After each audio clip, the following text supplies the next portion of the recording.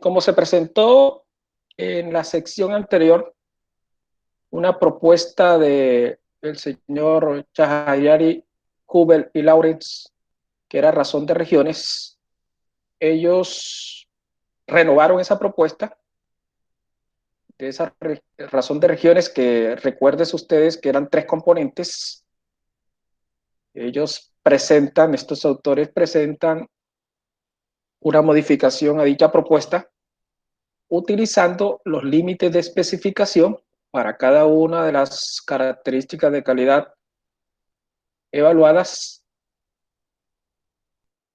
y utilizan lo que se le conoce como límites de la región modificada, tanto el límite superior de esa región modificada como el límite inferior de esa región modificada. La razón entre la productoria de los límites de especificación con respecto a los límites de esa región modificada es el indicador de capacidad multivariante. Obviamente, con P características de calidad. Es claro para ustedes cómo se desarrolla, cómo se determina el límite de especificación de cada una de las variables. Recuérdese que ya son valores o anotaciones presentadas en el diseño del producto, o en su defecto, si no es presentada en el diseño del producto, se puede estimar mediante lo que se conoce como intervalos de tolerancia, que puede dar un indicativo aproximado de lo que son las especificaciones si se desea modificar esas especificaciones. Pero repito, cuando se diseña un producto, es claro de que existe ya, de hecho, unas especificaciones de diseño. Por otro lado, los límites de la región modificada, tanto el límite superior como el límite inferior, la formulación que ustedes ven en la parte inferior.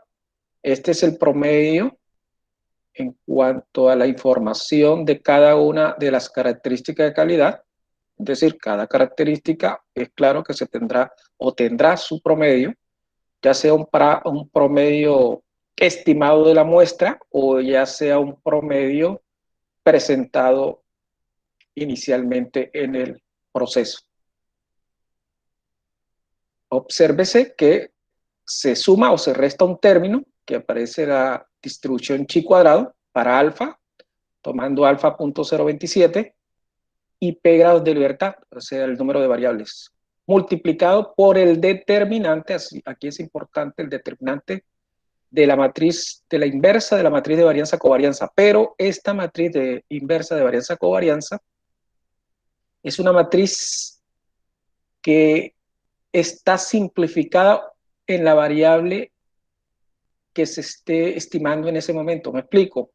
Si uno está estimando la primera variable, se calcula el límite superior de la región modificada como el límite inferior de la región modificada para esa variable, esta matriz de varianza-covarianza, o mejor, este determinante, la matriz inversa de la varianza-covarianza, debe eliminarse tanto la fila como la columna de esa variable que se está evaluando.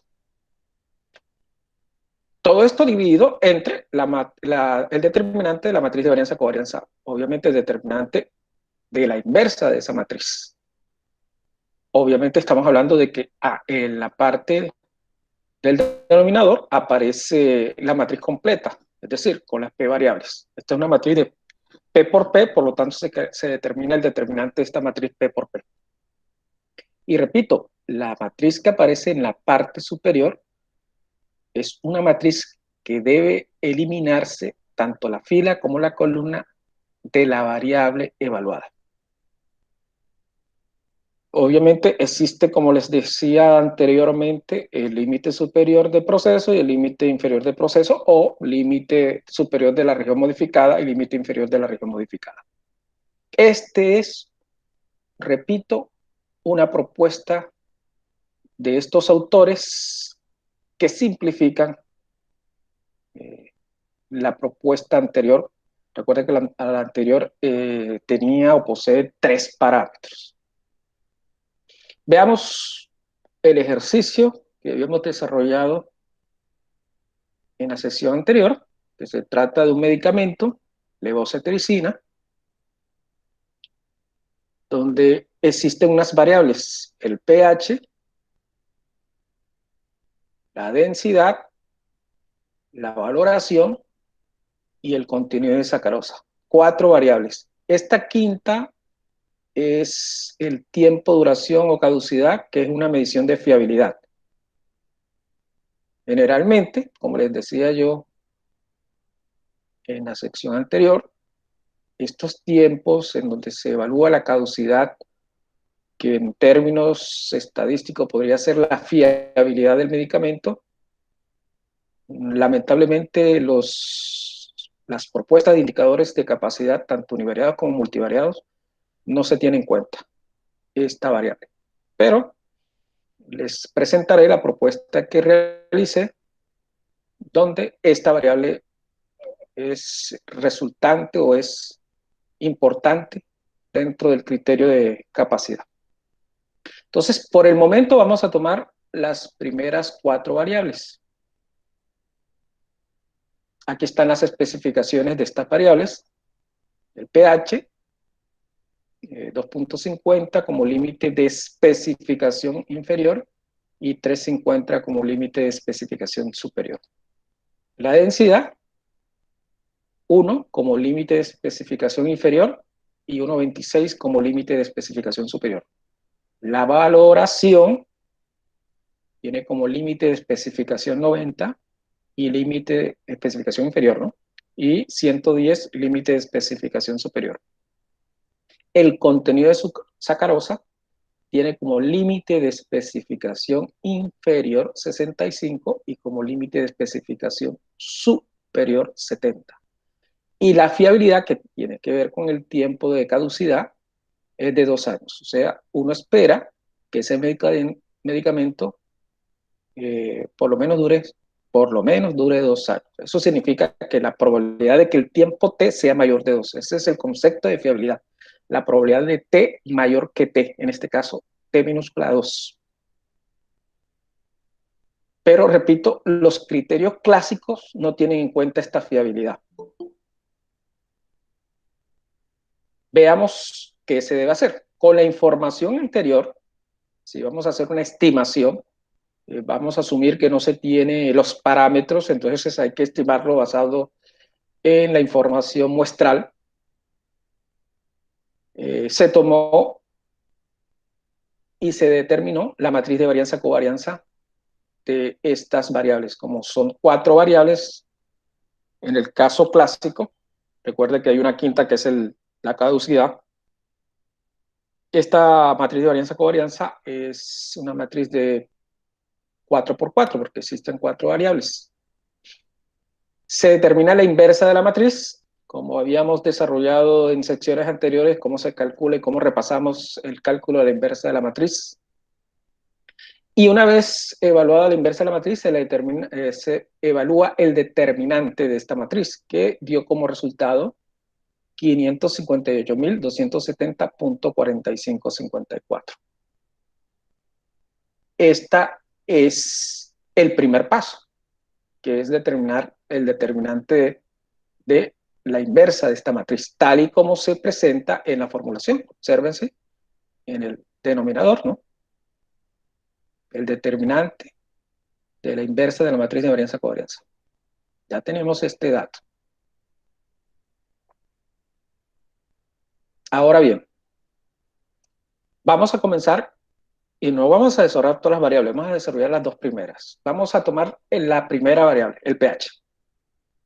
El pH, como ustedes y les mencioné anteriormente, como observaron anteriormente, debo tomar la matriz de varianza-covarianza anterior. Voy a regresarme a la matriz de varianza-covarianza. Como estoy evaluando el pH es la primera columna y la primera fila. Por lo tanto, debo eliminar esta primera columna y esta primera fila. Y me quedo con la matriz de varianza-covarianza 3 por 3, eliminando la primera columna y la primera fila. ¿Por qué estamos eliminando la primera columna y la primera fila? Porque concierne a la primera característica de calidad, que es el pH. Ya teniendo esta nueva matriz que ya sería una matriz 3 por 3, le determinamos la inversa. Esta es la inversa de la matriz. Y calculamos su determinante. El determinante de esta matriz dio 7325.43. Ya tenemos el determinante de la inversa de la matriz de covarianza, inversa, repito, el determinante de la inversa de la matriz de varianza, eliminando la variable pH. Como ya se tienen todos los resultados, este 2.85 es el promedio de la información de pH. Estamos evaluando, recuerden, el pH. Es decir, en esta primera columna tomamos el promedio si no tenemos el parámetro, ¿no? Recuerden que estamos estimando desconocido el parámetro. Ese pH promedio arroja un valor de 2.8552 más la raíz. Este 10.961 es la chi cuadrado, como yo les había comentado en la fórmula.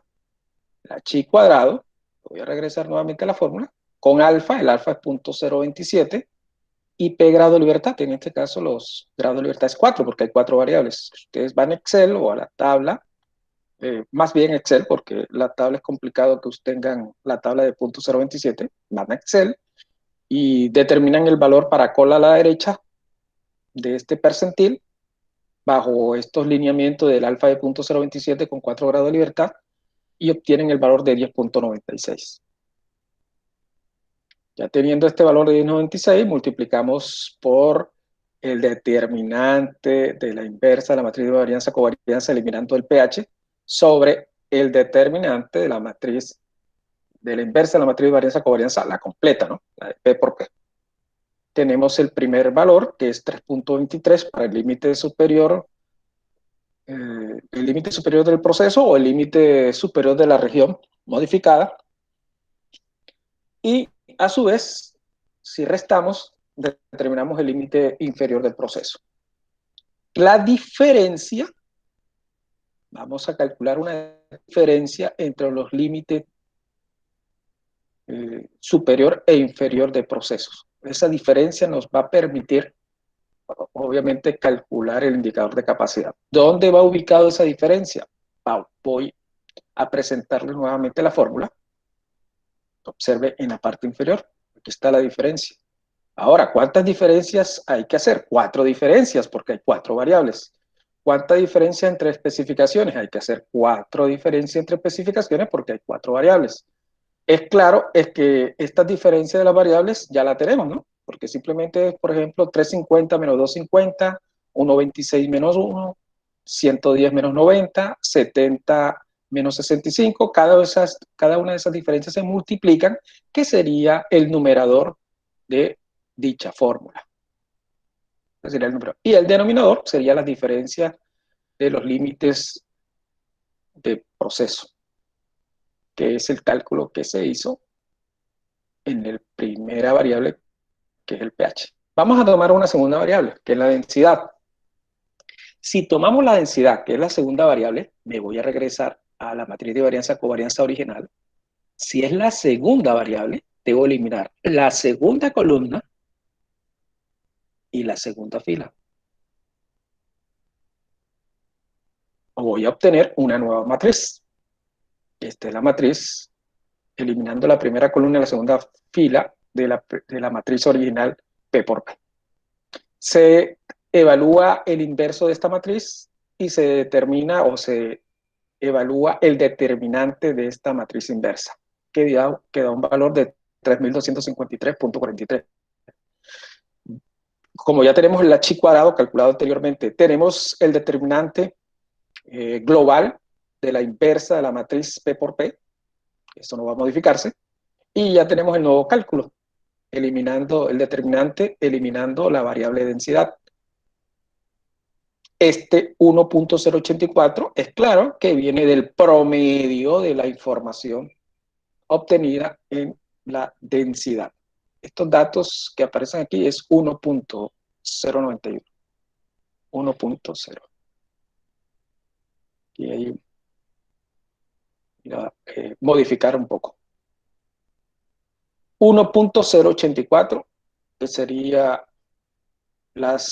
el promedio obtenido en la densidad. Recuerden que la densidad tiene un rango de valores entre 1 y 1.26, ¿no?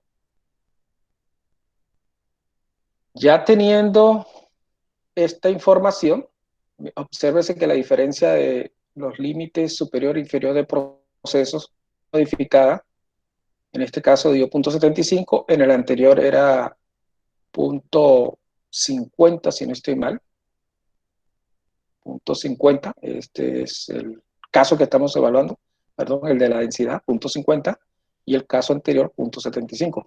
Tendríamos que ir multiplicando estas diferencias, porque la fórmula así lo exige, ¿no? La fórmula exige que deben ir multiplicando estas diferencias. Así, con este mismo procedimiento, se realiza la diferencia de los límites superior e inferior de procesos para la valoración y la cantidad de sacarosa. Al final, vamos a obtener una estimación del indicador de capacidad de esta forma, ¿no? Esta es la diferencia de los límites superior e inferior para el pH, para la densidad, para la valoración y para la cantidad de sacarosa. Y estos valores, como les decía yo anteriormente, en el numerador, es la diferencia de las especificaciones, ¿no? Superior e inferior de cada una de las variables. Todo esto se eleva a la 1 sobre P, en este caso P es 4. Resolvemos y el indicador estimado es 1.94, que implica que este proceso o este medicamento, para hablar ya del producto como tal, cumple con los criterios establecidos en las especificaciones, o sea, tiene un buen desempeño, 1.94.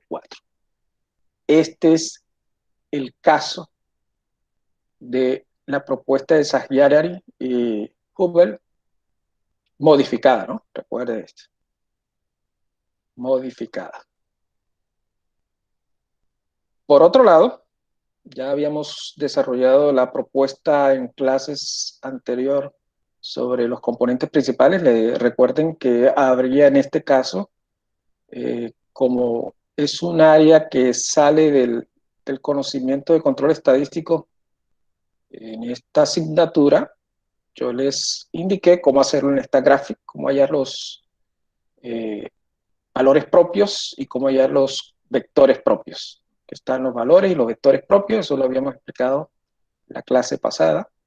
Y con los vectores y con los valores propios se determinan los límites superior e inferior de los componentes y se desarrolla, repito, el indicador de capacidad propuesto por WAN, por cierto. Este es un indicador de capacidad propuesto por WAN.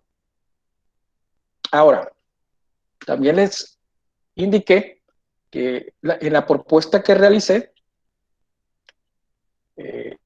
entraba un elemento esencial en la calidad de un producto, que es su fiabilidad, que en el caso de los indicadores clásicos, este aspecto no es evaluado, y este aspecto es importante en un producto, la fiabilidad del producto. Les decía también que muchas veces para calcular la fiabilidad, o la mayor parte de las veces, se asume una distribución muy conocida que es la distribución Weibull, pero la distribución puede ser gamma, puede ser normal, puede ser log normal, puede ser beta, y la fiabilidad como está representando por RDT. ¿Cómo deben calcular esa fiabilidad? La fiabilidad es la probabilidad de que el tiempo t sea mayor que t. En el caso contemplado en el medicamento, les recuerdo que la fiabilidad del medicamento es de 2 años. 2 años. ¿Qué significa? Que hay que calcular la probabilidad de que t sea mayor de 2. Esa probabilidad de t mayor de 2, basado en un modelo determinado, que puede ser cualquier modelo que les dije anteriormente, genera lo que es la fiabilidad. Ese es el concepto de fiabilidad. Desde el punto de vista clásico, la fiabilidad es la longevidad del producto. ¿Qué tanto se envejece el producto? El tiempo de envejecimiento de ese producto y cuál es la fiabilidad dado un determinado año, ¿Cuál es la fiabilidad de que el producto tenga su función de uso, ¿no? Ahora bien, y repito, el Weibull o la distribución Weibull es la más aplicada, pero puede haber otras distribuciones. Aquí les tomé otra distribución también muy aplicada en fiabilidad, que es la otra distribución llamada distribución Rayleigh. Pero les explico cómo hacerlo. Es más, si ustedes verifican en el SIGBIT, les envié el Excel, cómo hacerlo en Excel y cómo desarrollarlo en Excel. Esta es la distribución Weibull, la más aplicada. Su función de densidad tiene dos parámetros, el parámetro lambda, que es el parámetro de escala, y alfa, que es el parámetro de forma. Esta es la forma de hallar la fiabilidad. Si yo les pido a ustedes, por ejemplo, hallar la fiabilidad para 2 años aplicando la distribución Weibull, ustedes simplemente colocan R de 2 porque es 2 años, E a la menos lambda, deben tener el parámetro lambda y deben tener el parámetro alfa. Recuérdense ustedes, para poder definir una medida de probabilidad, dado un modelo, debo tener los parámetros del modelo. Entonces, lambda y alfa son conocidos, el parámetro de escala y el parámetro de forma. Y T sería 2. Ya teniendo lambda y teniendo alfa y teniendo el valor T, que es el tiempo, ya se calcula la fiabilidad. Hay una distribución Weibull que tiene 3 parámetros, que tiene ese tercer parámetro es el tiempo finito gamma, pero ya sería para el área de fiabilidad. Este es el tiempo promedio de fallo, el MTTF, el tiempo promedio de fallo de esa distribución. Lo importante aquí es cómo obtener la fiabilidad para el caso del índice de capacidad que estoy proponiendo. ¿Cómo obtener la fiabilidad? Ustedes en Excel pueden ir y calcular en Excel la distribución Weibull. Ya teniendo el lambda, ya teniendo el alfa, ustedes le dicen a Excel que se calcula la distribución Weibull. Obviamente tienen que buscar en funciones y en fórmulas la función Weibull, le va a pedir los dos parámetros, pero el que arroja el Excel es la función acumulada, o sea, lo contrario de la función de fiabilidad. Recuerda que yo le dije que la fiabilidad es la probabilidad de T mayor que T. El Excel le va a dar la función acumulada, o sea, la probabilidad de que T sea menor que T. Por lo tanto, ya es claro que ustedes deben calcular el complemento de lo que arroja el Excel. Que nos concierne en el caso del medicamento, pues estas son los valores que se ajustan a la información que se tiene del tiempo de caducidad, ¿no? Estos son las... Podría yo haber hecho el ejercicio basado en estos valores. Miren, el parámetro de forma y el parámetro de escala, como les decía yo anteriormente. Estas son, repito, las distribuciones que se ajustan a esa información. Pero quise presentar este ejercicio con otra distribución y modificar el ejercicio como tal. ¿En qué sentido lo modifiqué? Miren la información.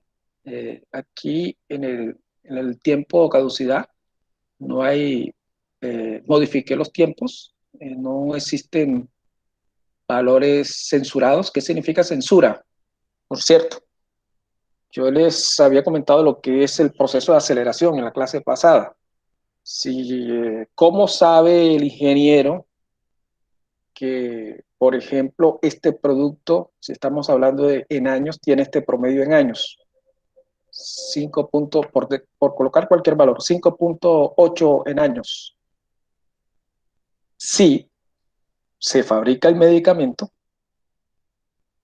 yo no puedo esperar ese tiempo para decir, esta es la caducidad del medicamento, sino se hace un proceso de aceleración que expliqué en la clase pasada, que se hace en laboratorio experimentalmente, se realizan ciertas condiciones ambientales de temperatura, humedad, etcétera, con el propósito de simular unas condiciones de envejecimiento. Se toma los tiempos hasta que el medicamento tenga o alguna de sus propiedades desmejore. Inmediatamente En este caso, el químico, el ingeniero determina la caducidad del medicamento, pero ese tiempo que se está tomando es un tiempo muy corto, porque se está haciendo en un proceso experimental. Puede que ese tiempo tenga apenas unos minutos o unas horas para presentarse esa caducidad, pero esos minutos, esas horas, se modifican a años mediante un factor que explicaremos posteriormente. Un factor que se utiliza en fiabilidad. Bueno, tomé otra información de tiempo para ajustar a otra distribución, porque esta distribución como tal, estos valores como tal, eh, presentan una distribución, como les decía anteriormente, gamma, eh, o gamma de dos parámetros o gamma generalizada. Vamos a tomar, vamos a asumir que se tomaron otros tiempos y les voy a presentar la tabla de esos otros tiempos. Basado, repito, vamos a utilizar el índice de capacidad eh, presentado por mi autoría, pero necesitamos la fiabilidad de ese producto. Aquí está parcialmente la tabla.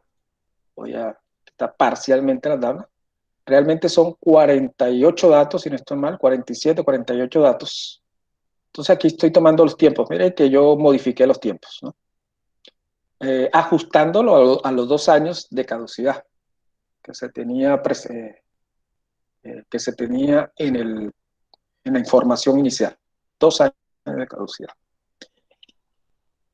Ahora, explico a qué se refiere con censura. Resulta que ustedes como ingeniero, aquí hay 48 datos, simplemente esta es una tabla parcial, ¿no? Ustedes como ingeniero, cuando hacen el proceso de aceleración, puede que un experimento eh, falle antes del tiempo que uno espera, por muchas razones, ¿no? Por muchas razones. Y uno toma un tiempo menor a lo que uno esperaba. Entonces, si uno detecta que hubo algún inconveniente, uno dice que hay una censura en esa información. Entonces, por ejemplo, aquí en este punto hubo una censura, dice tiempo de censura, porque, repito, hubo un inconveniente y se tomó el menor tiempo. Estos son censura a la izquierda, ¿no? Que se tomaron menor tiempo. Hay censura a la derecha, donde el experimento por cualquier razón dura más tiempo de lo esperado. Esa es censura a la derecha, pero sigue siendo censura. Aquí se presentaron dos censuras. Se tomó el tiempo muy corto y se ubicó los valores. Estos son censuras. Los demás valores, obviamente, si eran 48 datos, 46 de ellos no son censura. ¿Qué se hace con los datos? Vamos inicialmente a elevar al cuadrado tanto los tiempos de censura como los tiempos sin censura. Aquí están elevados al cuadrado los tiempos sin censura y aquí están elevados al cuadrado los únicos dos tiempos que tienen censura. Se calcula, una vez elevado al cuadrado, se calcula la suma de cuadrados para ambos, tanto para los tiempos sin censura como los tiempos con censura. Ahora bien, vamos a utilizar una distribución que se llama distribución Rayleigh. La distribución Rayleigh maneja un parámetro. Aquí le vamos a llamar lambda z. Y este parámetro es igual a 2 veces la cantidad de datos sin censura. O sea, los datos que no son censurados. En este caso son 46, ¿no? Aquí se suman los tiempos sin censura más los tiempos con censura. Elevado al cuadrado, recuerden. Los tiempos elevados al cuadrado. Es decir, esta suma de cuadrados que acabamos de evaluar. 61.172 serían los tiempos al cuadrado sin censura y 7.92 serían los tiempos al cuadrado con censura. Y les decía que este sería el lambda de esta distribución Rayleigh, pero este sería el lambda bajo el experimento, no el lambda real del producto. El lambda real del producto es obtenido mediante esta fórmula, donde les decía yo anteriormente, hay un componente de aceleración que vamos a llamar AF, que en fiabilidad se le llama AF, el factor de aceleración. En este caso, el factor de aceleración, obviamente eso ya es un criterio técnico de diseño, que por ejemplo, cuando se hace el experimento, ¿qué significa que el producto falle en 2 horas? Si el producto falla en 2 horas, ¿qué significa en años? Hay un factor de aceleración, hay que multiplicar por algo, por algún valor, que me lleve esas 2 horas a años. Eso se llama factor de aceleración, que obviamente, repito, es un valor técnico ya evaluado dependiendo de cómo las condiciones del proceso de aceleración. Vamos a asumir que este valor ya está dado, ¿no? Este valor lo determinamos, creo que es 20, ¿no? 20. Bueno, ya teniendo este factor de aceleración, ya podemos calcular el verdadero lambda. Este lambda sí sería el lambda del medicamento, porque ya es el lambda que vamos a considerar el lambda real. Este lambda z es el lambda obtenido bajo la experimentación de aceleración, pero una vez evaluado con el factor de aceleración, ya tenemos el verdadero lambda de ese producto, en este caso del medicamento. Aplicando los criterios anteriormente mencionados, por ejemplo, calculamos inicialmente lambda z, que es 2 veces el número de observaciones sin censura, que sería 46, y como les decía yo anteriormente, se divide entre la suma de los tiempos al cuadrado con censura, y primero sin censura, más los tiempos, la suma de los tiempos al cuadrado con censura. Eso da un lambda z de 1.3315. Ya tendríamos primer lambda z. Repito, estamos utilizando la instrucción Rayleigh, que de pronto es mucho más compleja que la instrucción Weibull, como ustedes observaron, para hallar la fiabilidad, pero es pertinente que ustedes sepan que esta es una instrucción también muy aplicada en fiabilidad. Vamos a hallar el lambda sub 0, que es el parámetro. Lambda sub 0, el parámetro, el factor de aceleración en este caso es 20, recuerden, bajo condiciones técnicas o bajo criterios técnicos mejor. Ya teniendo ese factor de aceleración que es 20, ya podemos calcular el lambda sub 0, que es el parámetro de la distribución Rayleigh que vamos a utilizar. El parámetro arroja un valor de 0.003328. Vamos a calcular ahora la fiabilidad basada en la distribución Rayleigh. La fiabilidad está definida. Esta es la función Rayleigh, ¿no? La función de densidad. Recuerden que es una distribución continua, que estamos hablando de tiempos. Y la fiabilidad está definida de esta manera. Observen el lambda sub 0 en la función de densidad. Necesitamos el tiempo t, obviamente, para calcular la fiabilidad, que son 2 años. Y esta es la función de fiabilidad. Observen, si necesita simplemente el parámetro lambda sub 0, ya calculado, el tiempo establecido para la fiabilidad, que son 2 años, sería aquí 2 al cuadrado sobre 2. Entonces, para 2 años, la fiabilidad es 0.9983. Una fiabilidad muy alta, ¿cierto? Alta. Eso significa que la probabilidad de que dure más de 2 años es de 0.9983. Una fiabilidad alta. 0.9983. Ya teniendo la fiabilidad, obviamente, podemos hallar el índice de capacidad propuesto. Esta es la fiabilidad. Recuerden que hay que hallar la inversa de esta medida de probabilidad. Esta inversa es la distribución normal estándar, la inversa de la distribución normal estándar. Esto genera un valor de z.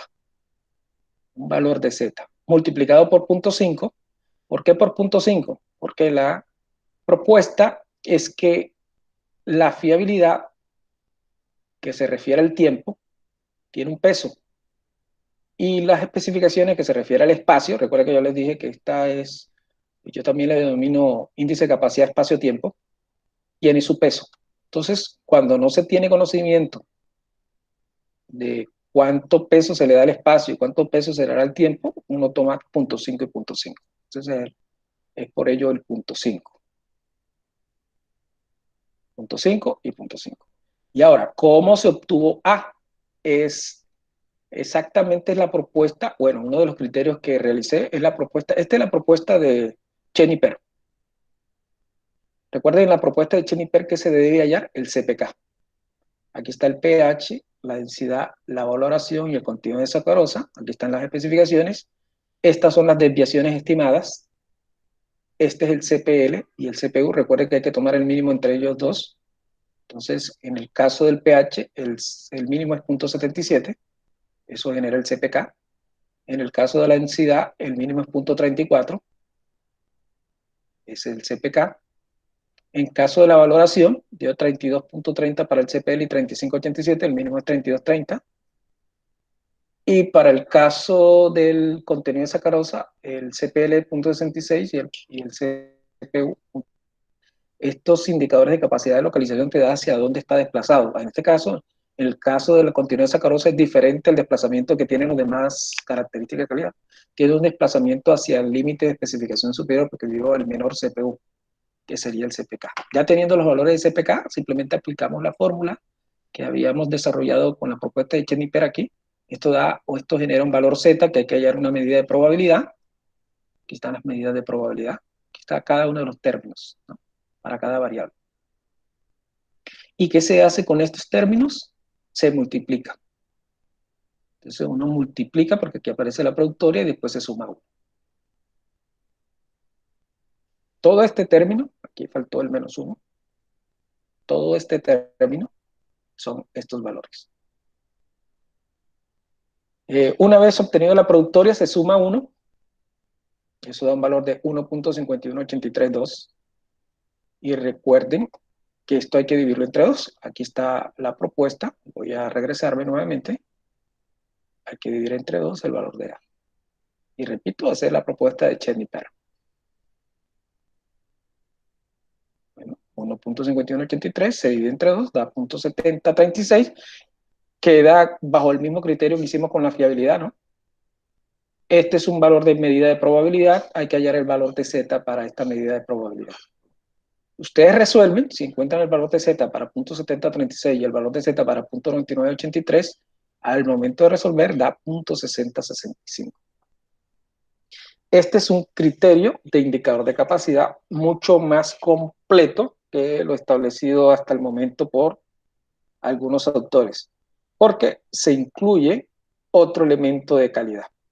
No puedo hacer comparación cuál es el mejor porque no puedo compararlo con los indicadores clásicos de indicadores de capacidad multivariado porque los indicadores clásicos simplemente tienen el elemento espacio, que son las especificaciones. Este es el elemento de fiabilidad, por lo tanto, implica otro, incluir o agregar otro elemento que no tienen en cuenta los demás, por lo tanto, yo no puedo hacer comparaciones que son totalmente diferentes. Obviamente es mucho más conservador, ¿no? Mucho más conservador porque genera un valor menor a la unidad, mucho más exigente para el cumplimiento. Y eso va a depender también del peso que le dé el ingeniero, si le va a dar más peso al espacio o más peso al tiempo, a la fiabilidad. Por otro lado, también se propone o se propuso un indicador de capacidad para 6 Sigma. Les presenté en la clase pasada que el Stack Graphic tiene el DPMO para evaluar el 6 Sigma, pero concierne a medidas cuantitativas. Aquí se refiere a medidas cualitativas. Entonces, se propone este indicador de capacidad. Veamos un ejercicio acerca de este indicador de capacidad. Aquí se trata de una evaluación de la calidad de un servicio en entorno virtual, donde se evalúa el servicio de docencia, el servicio administrativo y el servicio de apoyo a los estudiantes. El servicio de docencia tiene unos atributos que es la competencia, resolución de problemas, tutorías. El servicio administrativo tiene unos atributos también, problemas administrativos, amabilidad del personal, cumplimiento de plazo. Y el servicio de apoyo tiene servicios suplementarios, actividades sincrónicas, actividades presencial con el estudiante. Se le evalúa el DPMO, que establece, recuerde, el stack gráfico. También se puede evaluar el nivel 6 sigma y se puede evaluar el rendimiento de cada uno de los atributos. Este rendimiento de cada uno de los atributos, ¿cómo se calcula? Mediante esta formulación. Aquí está, ustedes hacen un conteo de cuántos servicios se presentó en las competencias, cuántos servicios hubo, y de esos servicios, por decir algo, 1000 servicios, y de esos servicios 100 fueron no conformes. Entonces, este es el número de no conformidades. El 1000, los 100 y las oportunidades, simplemente el valor que se le da o el criterio que se le da sobre la calidad de ese servicio. Ya teniendo en cuenta, se puede calcular el rendimiento de cada uno de estos atributos. Todos los atributos, que fueron 9 atributos, se le calcula su rendimiento. Pero como aquí hay 3 dimensiones, cada 3 atributos aparece una dimensión, ¿no? Por ejemplo, la dimensión servicio de docencia tiene .998454 en promedio. ¿Cómo se calcula este promedio? Se pueden dar cuenta, basado en la fórmula, que se hace un promedio geométrico. O sea, ¿cómo se calcula un promedio geométrico? Se multiplica .9984 por .9986 por .9878 y se eleva a la 1 sobre 3 porque hay 3 atributos y ya se dice un promedio. Lo propio se hace con el servicio administrativo y lo propio se hace con el servicio de apoyo. Ya teniendo estos valores, que son estos que están aquí, nuevamente se tiene 3 criterios, un tercio, se suma 1, se divide entre 2 y se le suma el factor de corrección tal y como se establece aquí.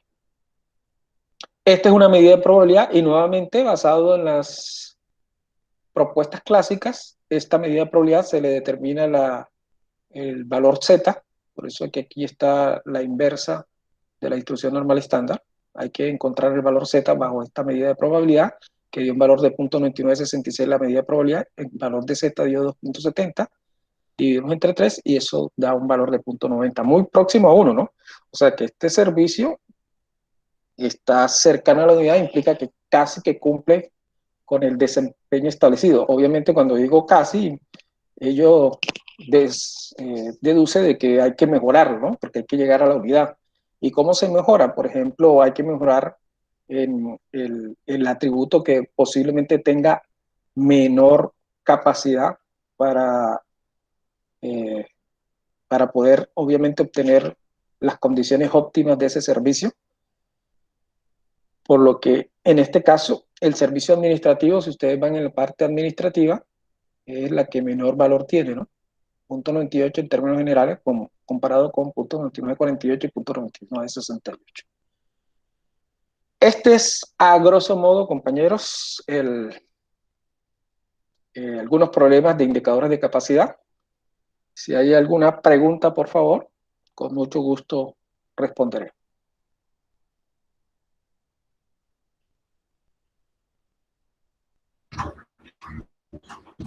Una pregunta. Sí, claro, cómo no. Coménteme. Coménteme, Luis. En el primer ejercicio que usted hizo, a usted le dio 1.94, creo, y dijo que él cumplía con unas especificaciones. Con base a que usted no puede decir que sí está cumpliendo o no está cumpliendo. No, recuerda que Cuando le dio el 1.94. Sí, señor. Sí, 1.94. Recuerda que los indicadores de capacidad tienen como criterio que por encima de la unidad implica que cumple con las especificaciones de diseño. Tanto el caso univariado como el caso multivariado. Sí, después que supere la unidad, se establece que hay cumplimiento de la capacidad. Si te das cuenta, en el caso de los indicadores multivariantes, veamos uno más sencillo de explicar, en el sentido de la proporción. Vamos aquí. Sí, recuerda que esta es una proporción, ¿no? Igual que la de bot, que es una proporción. Entonces, si te das cuenta que para poder cumplir la unidad, el valor de Z aquí mínimo, ¿cuánto debe ser? Si yo quiero que este indicador sea 1, el valor de Z mínimo debe ser 3, ¿cierto? debe ser un valor de 3, porque al dividir aquí entre 3 da la unidad. Entonces, si yo necesito que este z sea un valor de 3, eso se cumple para todos los indicadores. Si yo necesito que este valor de z sea 3, yo debo tener una alta probabilidad aquí. Y si yo tengo una alta probabilidad aquí para que este valor de la inversa de la distribución normal estándar de 3, significa que todas las características de calidad deben cumplir con las especificaciones casi que prácticamente cercano a 1. O sea, debe obtener una probabilidad muy alta para que esto se mantenga alto y yo pueda poseer aquí un valor mínimo de 3. Por eso que en el último, que dio 2.70, casi cercano a 3, pudimos haber dicho que faltó poco para el cumplimiento. Esa es la razón matemática y posiblemente con esa razón matemática te da un análisis de evaluando cada variable. Cada variable tiene que tener una alta probabilidad de cumplimiento para que ese valor que aparece de Z no baje de 3. ¿Sí es claro? Sí, profe, ya, muchas gracias. Bueno, ¿hay alguna otra pregunta? Ese es el criterio de todos los indicadores de capacidad. ¿Se pueden dar cuenta? Ese es el criterio. O sea, tener una alta probabilidad de cumplimiento en cada una de las especificaciones. Si hay alguna otra pregunta, por favor. Bueno, chicos, entonces, si no hay preguntas, nos vemos el día miércoles. Es claro entonces cómo es el procedimiento. Yo les doy 2 o 3 problemas en parejas y desarrollamos durante el transcurso. Obviamente yo les voy a dar un tiempo más prudencial, ¿no? Para la entrega. La idea es entregarla en Word y les doy obviamente el enlace para subirlo. Ok, profe. Preguntas, por favor.